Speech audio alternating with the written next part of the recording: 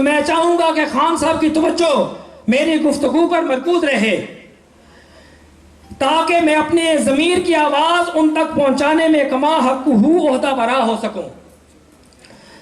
تحفظ ناموس رسالت اور تحفظ ختم نبوت کے ہر دو محاذات پر بحیثیت ایک مسلمان کے آپ کو ہر وقت چاقو چوبند رہنا چاہیے۔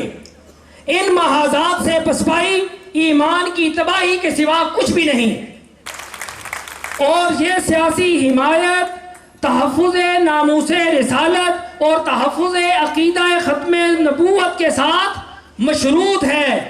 نیز میں انجمن مہریہ نصیریہ کے جملہ عہدیداران اور کارکنان کو تاکید کرتا ہوں کہ وہ ہمارا یہ پیغام عوامی رابطہ مہم کے ذریعے دربار عالیہ غوثیہ مہریہ گولڑا شریف کے جملہ متعلقین، متبصرین اور مباجعین تک بر وقت پہنچائیں۔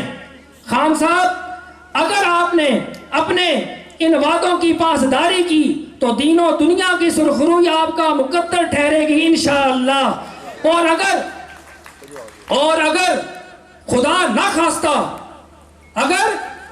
نہ خواستہ کرسی پر بیٹھنے کے بعد آپ نے ان وعدوں کو فراموش کر دیا تو پھر یہ یاد رہے کہ فانی ہے یہ ارباب طرب کی کرسی، فانی ہے یہ ارباب طرب کی کرسی، دائم قائم ہے صرف رب کی کرسی، دائم قائم ہے صرف رب کی کرسی۔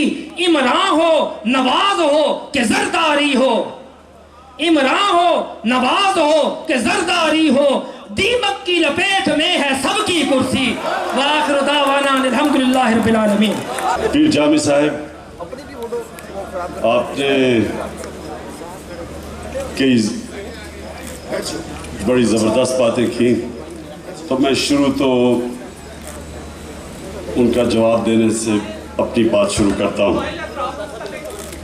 آپ نے بتایا کہ انسان جب اوپر جاتا ہے تو اس نے نیچے بھی آنا ہوتا ہے۔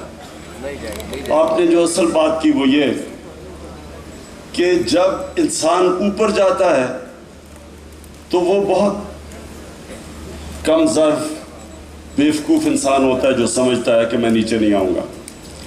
میں 21 سال، میری جو اب تو 22 سال سیاست میں ہو گئے، لیکن 21 سال کھیلوں کی گراؤنڈوں پہ گزرے، اور کھیلوں کی گراؤنڈوں کے اندر جو سب سے بڑی چیز میں نے سیکھی کہ جب آپ میچ جیتتے ہیں، کوئی کپ جیتتے ہیں، ہزاروں لوگ سڑکوں کے اوپر آپ کا استقبال کرتے ہیں،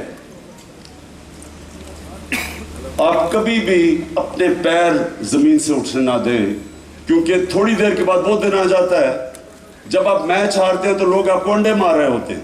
بابا فرید، گن شکر، نظام الدین اولیاء، بڑے بڑے صوفی حضرات جن کی وجہ سے ادھر اسلام پھیلا، اور ان کی کیا خوبی یہ تھی کہ وہ انسانیت کی قدر کرتے تھے۔